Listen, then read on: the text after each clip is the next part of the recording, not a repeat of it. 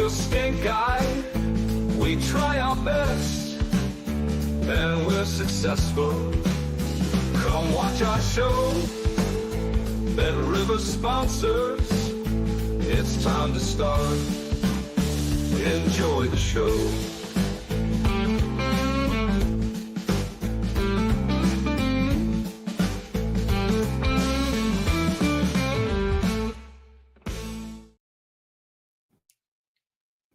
Well, welcome aboard, everyone, to Betting Weekly Live. It is Thursday, the 24th of April. You with Steve Wyss and Rory Jiwani. It's been a busy week for you on Because We Win, Rory. You've been pretty much on every show.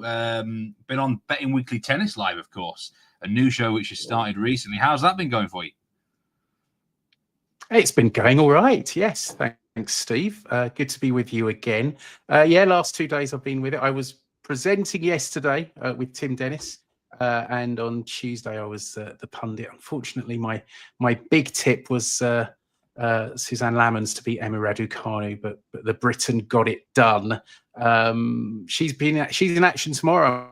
I'm actually going to be looking forward to her match tomorrow as well. But yeah, all the action's happening in Madrid. We've got the men's and women's main draws are well underway. The big seeds are coming in. They're getting started today and tomorrow. So very exciting. And the weather's nice here. And just saying, like Luke has just put up, Swiatek is losing me money again. So Swiatek, the defending champion, she lost in Miami to Alex Ayala from the Philippines. Young player, clearly talented. Ayala had a great run to the semi-finals. And Ayala took the first set against Swiatek today. It's 3-3 in the second. Ayala was a break-up. Swiatek's just broken back. Ayala still plus 128 to win. Swiatek minus 167. So, obviously, if Swiatek was to win this set, she'd probably go on and win it. But she doesn't seem to quite have a handle on Ayala, especially the Filipinas serve. Some of Swiatek's returns have just been well out. So it's a very interesting one. But Swiatek, again, we said not so long ago that we didn't think all was well with Swiatek. And Ayala just seems to be a very bad matchup for her. Is this a bet? I mean, Swiatek here, minus 200 to win in play. She's 30-15 up on serve. I mean, would you back that right now? She's a set down. Is that a bet or not? Definitely not. I mean, she's had a lot of trouble. She's created plenty of break points, but just hasn't been able to break. And Ayala, she mixes up her game quite well. I don't know if she's a lefty, and I don't know if the spin that she puts on the ball is deceiving Swiatek or something like that. But Swiatek at times just doesn't seem to be there. And Ayala I think she was 5-2 up in the first set. Swiatek got a break back, but Ayala did manage to serve out. She's saving a lot of break points. I'm not sure she can keep that going, but she did it in Miami and she's doing it today. So, I mean, Swiatek's just held for 4-3, minus 265. That's really short. Ayala plus 190. I mean, he's still on serve in the second set. Well, we are going to talk about tennis very, very soon. We've got a La Liga card today, 4 matches in the soccer, and I'm also going to touch on the Swedish Allsvenskan at the end of the show. I just want to remind people that the live show I did with Doug Kazarian on Tuesday, we actually did a preview of the NFL draft, and producer Troy's put that in the comments there. We did talk about Jackson Dart in the quarterback market. Several other players as well. A notable Thursday wager with BetRivers, $20,000 here on Will Campbell to be drafted in the top 5. First round of the draft is today, at minus 358. So that's a big bet on Will Campbell to be drafted in the top 5. I'm sure a lot of people will be tuning into the NFL draft this evening. It might be a little bit late for you in Madrid there, Rory, but yes. I think it's like 2 a.m. in the UK or something like that, 1 a.m. in the UK. But we are looking forward to the NFL draft. Notable soccer winners and losers from yesterday: Getafe, Real Madrid over 1.5, $10,000 at minus 164. That was a loser. That was burnt, unfortunately. Bad day, actually. Arsenal Palace over 4.25 on the Asian line. That was a half loss. nearly $9,000. So yeah, just gonna go through the comments here. Welcome into Disky, Noah Goodman as well. We're going to give you your best bets today. Noah, don't you worry. Rick Haley as well. Paul Laguna, Zayt. And Zayt's mentioned that Jackson Dart bet as well. Daniel Lucani, good to see you. Where we go. And Disky says, I think you must give us the rap version of the opening song, and maybe Nigel can do the rap. That would be very interesting. There's all sorts of different. We do have a rap version, I think, somewhere in the pipeline, if not already. But yeah, we've got plenty to talk about today. I'm going to start in La Liga. I mean, yesterday we had Rory Barlow on the show, and he does actually touch on all these 4 games. Our man in Madrid, one of our men in Madrid, along with you, Rory. He goes through all these 4 games. He made some very good points. I thought his card angle in the Atletico Madrid against Rayo Vallecano was a great shout there. He also makes some good points about the Leganés match. For me, the best bet today is quite a simple one. It's in the Real Betis match against Valladolid. Valladolid, by far the worst team in La Liga this season, rock bottom of the table. They're going to be going down. This is going to be, it's a question of how many Real Betis are going to win by, really. But I think the over 3.25 goal line is worth attacking here, because teams, I mean, you've seen it before in leagues, Rory, who are rock bottom. They either go one way or the other. They just sink without a trace. They give nothing, like Leicester City are doing, hardly scoring a goal. Or they actually just give it a go, try and score a few goals and get involved in some shootouts. And I think Valladolid are doing that. As Kit Kat gets involved. Is that his bet today? Real Betis, by far better. They're in the Conference League next week, but they've got plenty of time to look forward to that match. So I think over 3.25 goals. This will be my best bet in La Liga today. Put down in the chat what your best bets are going to be. I can tell you now 99% of the money is on Real Betis in that game. That's no real surprise. Both teams score yes is hitting 7 of Real Betis' last 8 La Liga games. So they do concede goals. That's my concern. I'm not sure Real Betis necessarily win the match to 0 in this one. Noah Goodman is asking, Betis over 1.5 in the first half. I mean, that could be an angle. I do like my first half bets. I mean, you can actually get a 1.25 goal line first half if you're betting on the Asians, minus 130. That could be worth considering. Leganés and Atletico Madrid are at home today as well. These venues you've ever gone to, Rory, they're not too far from where you're based, are they? These 2 teams, a big day for sport in Madrid, isn't it? Really, we've got La Liga action, we've got tennis action. Been to the Metropolitano at all? Atletico Stadium? I have. I went there once last season, and it's very impressive. It's a little bit out of town. It's sort of east and bit sort of towards the airport, a little bit south. Not that hard to get to on the metro. And it's a cracking ground. I mean, it's a new ground. So obviously you've got the Bernabeu, which is all they work on it every summer. It's a building site every summer, the Bernabeu, because they keep building it up. And last summer they put the roof on, which hasn't really worked, because I think when Taylor Swift, the idea was to have concerts there as well as football. And I think when Taylor Swift there, because the Bernabeu is right in the kind of almost like the financial district of Madrid, it's a very, very expensive area. And when Taylor Swift had her concert, all the neighbours were complaining because the sound got out. So they're going to have to do more work on the stadium to stop the neighbours complaining about the noise. But the Bernabeu, as I say, every year they keep building it up or doing something to it. And so Atleti have got a bit of an advantage because they found a site a bit out of town, new site. It's a great stadium, really, really good stadium. $5,000 bet on Atletico Madrid today against Rayo Vallecano. That's at minus 210.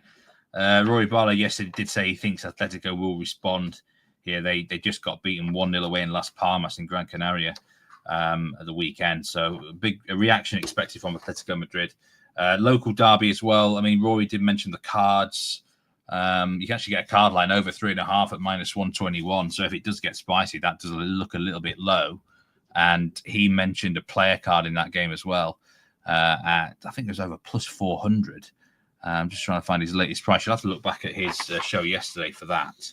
96% of money on the money line is on Atletico Madrid for this game. And, Rayo Vallecano are not fancied to do much. 71% of the money is on the over-under market. Is on the over here So that's not always the case with Atletico Madrid. My best guess, Leganes Girona. I think that could be a draw. I think that could be a 1-1 draw. Osasuna Sevilla. Goodness knows there. Sevilla, I think, are on a different manager again. I mean, they've had so many different managers in the last 4 or 5 years. I would go with a draw again, 1-1. I do think Atletico Madrid will win, possibly to 0 in this instance, 2-0, 1-0. And then, I mean, Real Betis, I think it could be a big number if they want it. I'm going to say 4-1 to Real Betis today. That would be my best bet in La Liga. I've got a really good bet coming up later in Sweden as well. But Rory Jiwani, you are the guest on today's show, so we're going to crack on with the tennis. Say action in Madrid. Big news in the men's. The withdrawal of Carlos Alcaraz, which is obviously that we don't know how that's going to affect the outright market because Bet Rivers haven't priced it up yet. We've got matches obviously in play. We've got matches we're going to talk about tomorrow. 3 games there as we go through the card. But Alcaraz pulling out of this event, that just completely changes everything, right? Yeah, it does. I mean, I'm pretty sure. I mean, Nigel was quite sort of skeptical that he'd compete because he got injured last week in the final in Barcelona. He looked to be carrying an injury. He was a short price favourite. I think it was plus 140 in the outright market for this tournament. But there was always a doubt as to whether he'd turn up, and it was confirmed late this morning that he'd skipped this event. Obviously, the French Open's the big tournament coming up in a few weeks. But with him out of it, you're looking at Alex Zverev as the new favourite, probably. Novak Djokovic is up there. It's going to be very, very interesting. And so it's a 1,000, so it's a big event. Goes on for a week and a half. Some of the top seeds haven't even started yet, but Alcaraz being Alcaraz being out is a big blow for the tournament, for the organisers. Obviously, Alcaraz the big local hero, the big home favourite. So him being out, just takes a bit of the shine off the tournament, especially for the locals. Joe Bamber says he's thinking of taking Betis -1.5. What's Kit Kat opinion on that? I think he's liking that one, aren't you, Kit Kat? He's liking Betis today. Melinda Pirar says, anything for the ski slalom and some peaks today, Rory, after your infamous Super G winner earlier this season on Betting Weekly Live. Tristan Wiggle. Yeah, no skiing for quite a few months, unfortunately. And that might be a one-off, although there is the small match of the Winter Olympics next February. So you never know. Where is that from, Rory? Winter Olympics are in Milano Cortina in northern Italy. Yeah, I mean, that'll be very good. There'll be some interesting one. I do like the Winter Olympics. That's when I start to watch the curling again. I always watch the curling in the Winter Olympics. Curling. It's an addictive sport. Love a bit of curling. Yeah, and the Brits are good at it. So, it's always a medal chance. Obviously, the Canadians are very good at curling as well. So any Canadians tuning in, we're not going to offend you by saying it's all about Britain because, I say Britain, it's Scotland, really. They're all Scottish, the curlers. But Canada and Britain and Sweden, the big nations when it comes to curling. But that's the Winter Olympics to look forward to in a long time. But just seeing on the screen, Sevatsova against Ostapenko.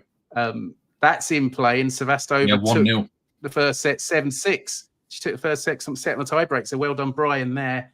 And Swiatek, it's 5-4, and Iala's serving to stay in a set, and it's one set. Swiatek is love 30, so Swiatek could be about to take the second set. And if she takes that, you'd think she'd go on to win. But as I keep saying, it doesn't often pan out that way in women's matches. You get the second, the player who wins the second set doesn't necessarily go on to win it. You think they've got the momentum going into this cider. You'd be poor if you backed that every time, because the amount of times you see the other player come back and win is extraordinary. It's one to avoid. But we've got tomorrow's matches. I know it says today's matches. It's tomorrow's matches. Pick your brains on these then, on the men's. Let's start with the top game. Holger Rune there at -278. I mean, we've got two pretty strong favourites on the board there. Rublev as well. Do you like the dogs? Do you like the favourites here? Or just talk us through that first game, Holger Rune. Yeah, so that was at 2 o'clock Eastern time tomorrow. Rune just coming off winning in Barcelona. I mentioned beating Alcaraz in that final. Alcaraz injured and now has pulled out of this tournament. I said Cobolli might be a bit of value yesterday against Fabien Marijan, and it proved he won in 2 tight sets. So we had one there. These two have met once before at last year's French Open. It went all the way to 5 sets, and it went to a tie break in the 5th set, and Rune won it. Cobolli is also in great form. He won in Bucharest earlier this month. He knocked out Nicolas Jarry at this stage last year, who was seeded. And Rune doesn't have a great record here. He went out in round 3 on both previous appearances. All 4 of Rune's previous matches in Madrid, last 2 years, have gone to 3 sets. They've also cashed on the overs. And Cobolli served quite well yesterday, served quite a few break points, saved 5 out of 7 break points. I quite like the look of over 2.5 sets in this one, Cobolli Rune. That would be plus 145. Monfils Rublev. Well, Rublev's the defending champion here. Last year, the players were dropping like flies. They were progressing and then getting injured and pulling out. And Rublev stayed fit. Monfils very much in the twilight of his career, of course. He came from a set down against Goyo yesterday. Rublev's won their last 3 meetings, including in straight sets at Monte Carlo earlier this month. That finished 6-4, 7-6. They've had a few close ones, but I was looking at overs games, but it's very high at 22.5.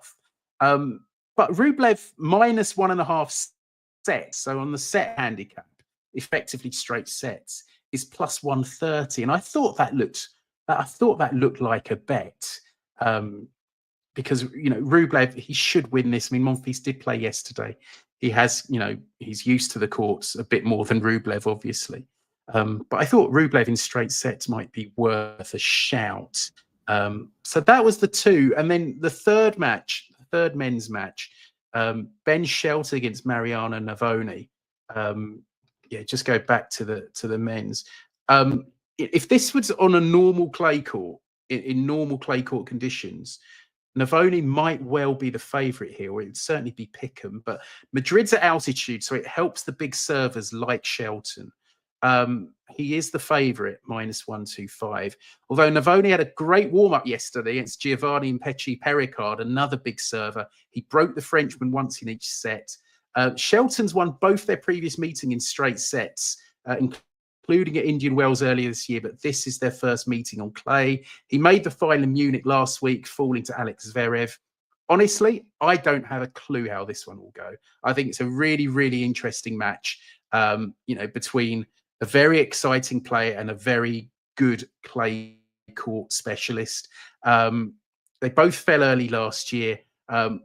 I think this one is one to watch. I think it's going to be a really interesting match. Do you know what? I never actually knew Madrid was at altitude. I've just Googled that up. Nearly 700 meters high. I mean, there's something you learn. I didn't know that. In Europe. Wow. Yeah. So the air's a bit thinner, so it helps the bigger servers. But yeah, it's the second highest capital city in Europe. Only Andorra is higher. Wow, that's a great bit of knowledge, which I'd never really considered. To be fair, we're not talking like Bolivia altitude or anything here, but that can make a difference when you don't need 700 meters. Tablets. Yeah, I mean 700 meters is near enough the highest mountain in England. Not far off. I think it's like 800 meters or something like that. So yeah, fair enough. Just looking at these matches live at the minute on the tennis, and I mean it is early days, but I've noticed there's already been 2 tie breaks. We've had a couple of 6-4s. The Van der Zandschap game looks like it's going to be 7-5, actually. Quite a lot of games here. I mean, is that expected here, Rory? I mean, it's a faster surface for clay, right, this one? Yeah, exactly. Because of the altitude. Yeah, it's clay, but it's at altitude. So, it's easier for the servers to hold. So you do tend to get longer sets, more games in each set. It's weird because obviously we've got the French Open at the end of the clay court season, and the tournaments leading up to it, especially for the women, aren't ideal preparation for Roland Garros, because Roland Garros is outdoors, it's normal, it's not at altitude, it plays slow. for the women, you have Stuttgart last week, which was indoors. You've got Madrid, which is at altitude. Next up is Rome. That's probably the only authentic clay court warm-up the women get before Roland Garros. Then you've got either Strasbourg or Rabat, but that's the week before, and most of the big names skip the week before a slam. So Madrid's a really interesting tournament, and you see with the previous winners, it quite often doesn't go to a clay court specialist. Like in the women's, Swiatek won it last year, as you'd expect. Sabalenka won it she's won it twice. Petra Kvitova's won it 3 times, and she's definitely not a clay court specialist. You'd say the same on the men's side. Rublev won it last year. I think Alcaraz won it the year before. So, it does vary. But Madrid is one where, obviously the clay courters have a chance, but the big hitters and the big servers also have a really good chance too. Yeah, that's good. That's good for clay. William Middleton made a few comments here about the Ostapenko game. She's actually 2-0 up now in the second set. She's minus 200 to win the match. I don't know whether that would be something you'd be interested to get involved with. Swiatek is minus 835 now to win her game. So, but Ostapenko, that was at the start of the second set, that was pretty much minus 150, minus 114 each to win the match. So, if you did get on Ostapenko, you're feeling a bit better about yourself here, 2-0 up in that second set. Don't know if she's the sort of lady you would trust now from this position. No, definitely not. Ostapenko is one player who cannot be trusted. She won Stuttgart last week. Out of nowhere, been in pretty awful form. She beat Iga Swiatek for the 6th time out of 6. And then she beat Arina Sabalenka in the final, the world number 1. She is, it's down to the way she plays. If Ostapenko sees a chance to hit a winner, she tries and hits it. She sees a ball, hits winner. I think someone described it. There's no percentages. She just goes for every shot. And more often than not, it doesn't work. Sometimes it does, like it did last week. And when it's working, it's great to watch because she makes everything. She hits every line. She's almost unplayable, but it's such a high risk strategy. It doesn't often work. And Nigel was saying that he thought Ostapenko would fall early this week. She could meet Swiatek again in the last 16. And as I say, Swiatek's lost all 6 of their previous meetings, so that would be very interesting. But Penko, as she's known, she's not the most trustworthy. Who would you trust? I'm just in general across like the whole women's tour. Like if you need a lady to close out a game from, say, I don't know, 4-2 up in the final set. Who are you trusting the most? Just out of interest. It's a good question, really. Yeah, but, Sabalenka. Sabalenka is pretty trustworthy on the whole. She didn't used to be, but certainly over the last year or two, she has become so. But not many others. Emma Navarro, if she's in front, usually gets it done. Even when she's not playing well, she's a player who can just sort of grind out a result. Jessica Pegula, if she's in front, usually gets it done as well. The others, it's tricky. You had someone like Jelena Rybakina who looked fantastic. We'll touch on her later. Looked fantastic a couple of years ago. She won Wimbledon 2022. She's had all sorts of issues behind the scenes, and she's still probably when she's serving well, she's very hard to beat. But it's just not happening for her at the moment. And so, in that sense, the women's game is a lot less predictable than the men's. With the men's, obviously the serve is a bigger asset. It's more reliable. Players hold serve much more easily in the men's game. Women's is a bit more turbulent and interesting, you could say. Nish says he wouldn't trust anyone in the WTA on that. Welcome in, Nish, today. Joe Bamba says thoughts on the Clippers in Denver. The best I can offer you there is on Betting Weekly Live's Tuesday show with Doug Kazarian. We did have some NBA talk. Let's move on to some women's matches for tomorrow as well. When you mentioned Emma Navarro, then I thought for a minute you were going to say Emma Raducanu. I don't think there's anyone. Nigel's often been against Emma Raducanu. I know you have as well. A lot do think she's overrated. Whenever she wins a game, I feel like a lot of people lose on this channel.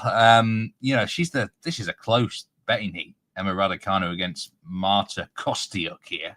Are you going to oppose the Brit again, Rory, in this match?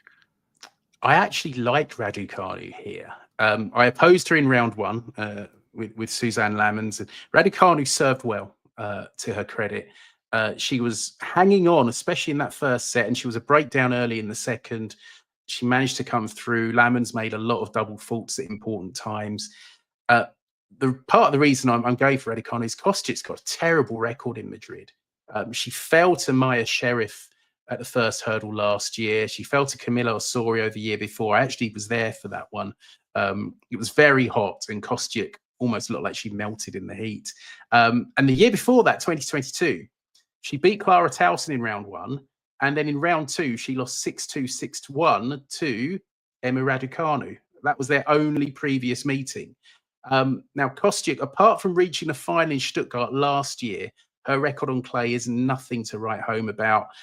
Maybe last year you could say, because she'd gone so deep in Stuttgart, maybe Madrid was a bit too soon. But I just can't have her here, just based on her record. Raducanu, as I said, she served well yesterday. It was a tough match, but she got through it, and I think she can get through this one here. So she's just the underdog here at -107. Would have liked to have seen some plus money, but I think it's 107 is not a bad price. Let's talk about these other games. Alexandrova against Danilovic, -220 favourite here. Putintseva a big favourite as well, and Rebela. Rory, what's the best bet out of these other three matches? I think Masarova at +170, quite fancy an upset there. Putintseva's having a really bad year. She had a great 2024. Just a couple of weeks ago, she had a couple of routine Billie Jean King Cup wins. She was there with Rebela. They were both representing Kazakhstan in Australia. Before that, she'd won just 2 matches in 8. Masarova, she used to represent Spain, her mother's birthplace. She's back playing under the Swiss flag, is a really good server. She defeated Ajla Tomljanovic yesterday. She upset Donna Vekic here a couple of years back. She just seems to be hitting form. Putintseva's going the other way. So I like Masarova at +170 there. Out of the other matches, Alexandrova, Danilovic, I've gone for Alexandrova outright. It was $66 at the start of the tournament. She's in good form. She's got 5 wins over top 10 opposition this year. She beat Mira Andreeva and Jessica Pegula last week in Stuttgart. Tough opener against Danilovic, who Nigel and I backed for Rouen, where she reached the final. I think Alexandrova will just about have enough. I mean, she reached the semis here in 2022. She gave Swiatek a scare in 2023. In that match, I thought over 2.5 sets looked interesting at +150, but that was just a lean. And Rebela and Andreescu, I mean, 2 Grand Slam winners going head to head. Andreescu beat McCartney Kessler yesterday in good style. It's another comeback from injury for the Canadian. Rebela, I mentioned some of her issues. She did play in Australia. On her day, she's the best server in the women's game. But if Andreescu can get a read on that serve early, she could win this. I think +350 is big, but I'd want to watch the first couple of games first before getting involved on the money line. I think Andreescu +4.5 games at +132 is interesting, though.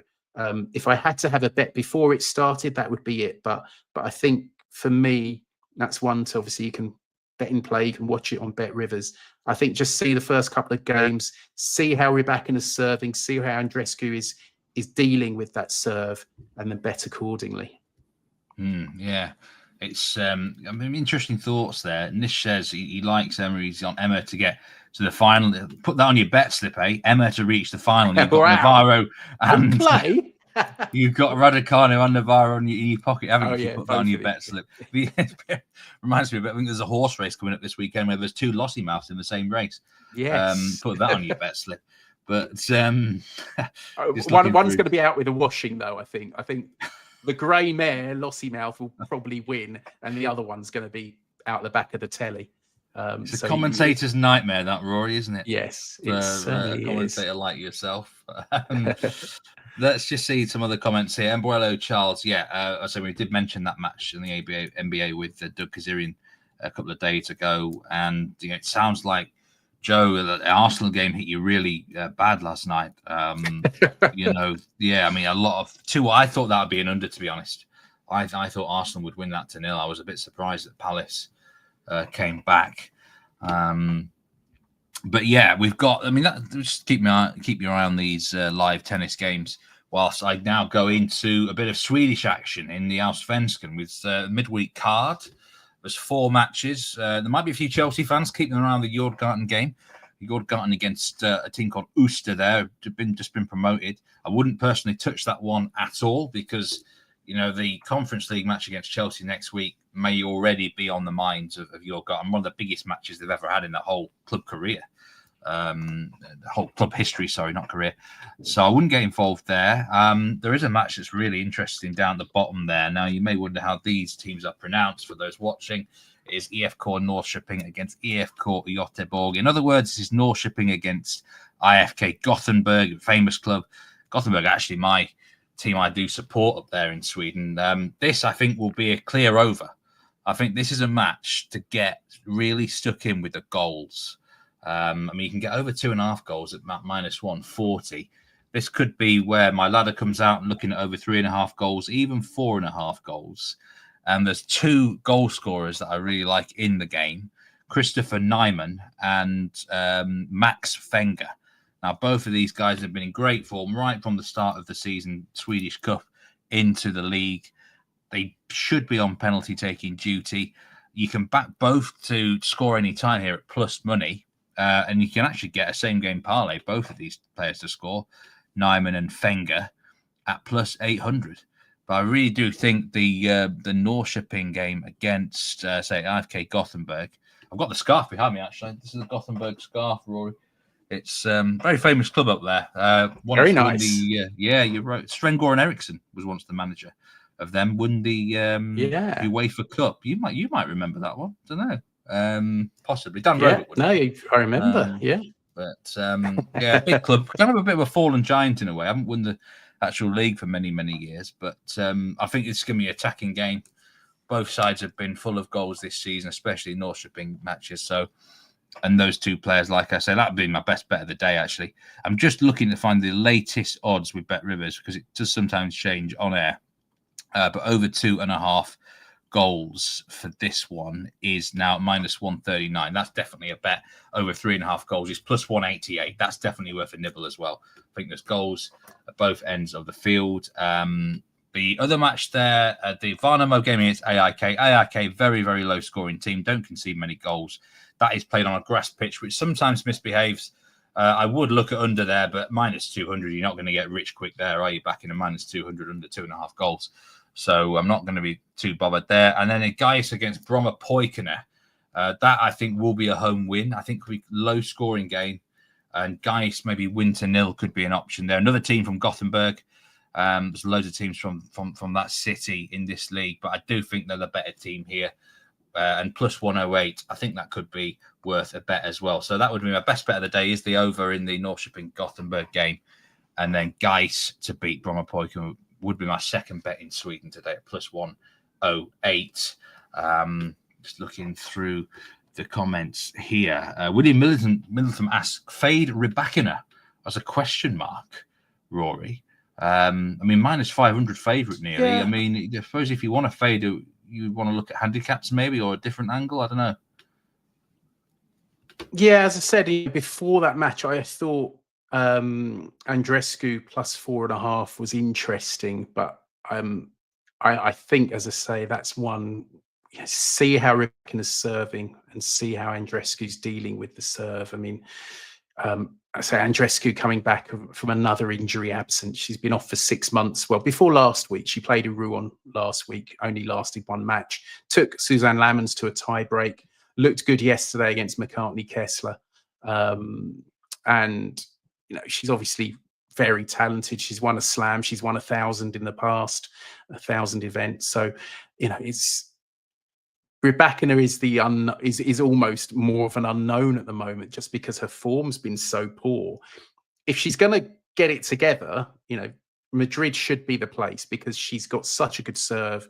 We know Madrid suits big servers, but it's, as I say, just Andreescu perhaps on the handicap, on the spread before the match, but once it gets started, I'd be interested in Andreescu on the money line if she can deal with that serve. It's funny, actually, we were just talking about how Ostapenko isn't to be trusted. She went 2-love up in the second set. She's now 3-2 down. I've seen the score. I mean, you were right. You were absolutely right. I mean, she was 2-0. She's 3-2 down. She's 30-love down on serve now, and she's plus 300. So I mean, is this typical? Yeah, maybe WTA on clay, perhaps. It's WTA is why we love it. And in the other match, Swiatek, she's a break up in the third. She's now minus 2,000. Iala plus 950. I'd be tempted for a quick bet on Iala, because 10-1. Swiatek just hasn't looked comfortable. She hasn't looked comfortable against her. I mean, just a couple of quid on Iala. I think that's a really big price about a player who obviously Swiatek struggles against. There's no doubt that she has a problem with her and her game. And I think, this game is a pressure game, because Iala's just held serve. If Swiatek holds serve here, obviously she goes 4-1 up. She should be a heavy favourite. But Iala does have, Can she get 3 games here? The handicap's plus 3.5. Plus 3.5 handicap, plus 118. It's actually gone to plus 4.5 now, because she's 30-15 down. But could she get 3 games in this third set? I mean, that's an interesting point. I think so. I think Swiatek might struggle to put her away here. That's my that's just from what I was watching earlier. Minus 5,000 now, Swiatek. I mean, 16-1 is Iala. I'm guessing there might be a break here. 40-15 down. But these odds change by the second. I mean, is this what it's like? Whilst there's more in the show here, Rory, tell us about Betting Weekly Tennis Live, which is a new show which has been starting for 2 or 3 weeks now. We've got new guests on, we've got new hosts on, and you're on there at least once a week, sometimes more. Tell everyone who hasn't joined Betting Weekly Tennis Live why they need to check out the fun. And it's going to be really, especially when the French Open starts, it's going to be absolutely manic, isn't it? Yeah, it's pretty mad. It would be pretty mad at the moment, because there's a lot of games going on right now. So we have a lot of focus on the in-play action. Keep an eye on that. We look ahead to tomorrow's matches, or the late matches and tomorrow's matches, a bit like we've just done here for tomorrow's matches. We look at the outright markets. We'll sort of look back at, obviously, big wagers on the day. Not dissimilar to what we do here. But obviously, it's just on tennis, and the in-play action is, it's frantic. We just seen with the Ostapenko match how quickly the odds can change, and so looking at strategies. Obviously, we're talking about the men's game. Service holds much easier to come by. Serving first is a big advantage in the men's game, especially in the third set. If the men are, if you're serving first in the decider, that's, you're going to be favourite, and you're always ahead. Your opponent's always playing catch up, having to hold serve to stay in touch. So we look at that, and it is a lot of fun. So you've got Mitch Michaels presenting, Dustin Fox, 2 of our American guys, Tim Dennis flying the British flag with me. Nigel's on occasionally, of course. So no, it's a lot of fun, and hopefully you can join us as well as watching this. It's usually 1 o'clock Eastern time, so a couple of hours after this. But hopefully you can join us on that next week. Yeah, do check out Betting Weekly Tennis Live at 1 p.m. Eastern, Monday through to Wednesday, every Monday through to Wednesday on the channel. Do subscribe to the newsletter as well. The Insider is a great piece of work which has been produced week in, week out. Always worth subscribing to that. And, if anyone is new in today, watching live or on demand, any likes would be greatly appreciated. Hit that subscribe button as well. It doesn't cost you anything. And I'm going to be back tomorrow on Betting Weekly Live. And you mentioned him just then, but Nigel Seeley is going to be in the house with me. So this could get kind of crazy if we've got matches on live on the tennis. I know what Nigel will be like. I'll be talking about like a French game, and he'll be like, "Oh, sorry, Steve, she's just going to break up. You've got to bet her now." So it's going to be quite a lot of fun, I think. Yeah, better now. With Nigel Seeley in the house. But Rory, it was a great pleasure as always. Someone's asked me, before we go, got our best bets before we go. My best bet of the day is that over in Sweden. It is the Norrkoping match against IFK Goteborg, over 2.5 goals. My best La Liga bet is Real Betis Valladolid over 3.25. What is your best bet of those tennis games tomorrow, if you had to pick one? Had to pick one, probably Rebecca Masarova to beat Yulia Putintseva at plus 170. I just think she's got the tools, and Putintseva, not sure about her form at all at the moment. So I'd go for the newly adopted Swiss player. Interesting change there. But yeah, loved it as always, Rory. Take care of yourself. And I'll look forward to seeing you on Betting Weekly Tennis Live next week. Join me and Nigel tomorrow on Betting Weekly Live to finish out the week. Remember to gamble responsibly, everyone. Cash some winning tickets today, whatever you are placing them on, and enjoy the NFL draft for those who are watching. Take care.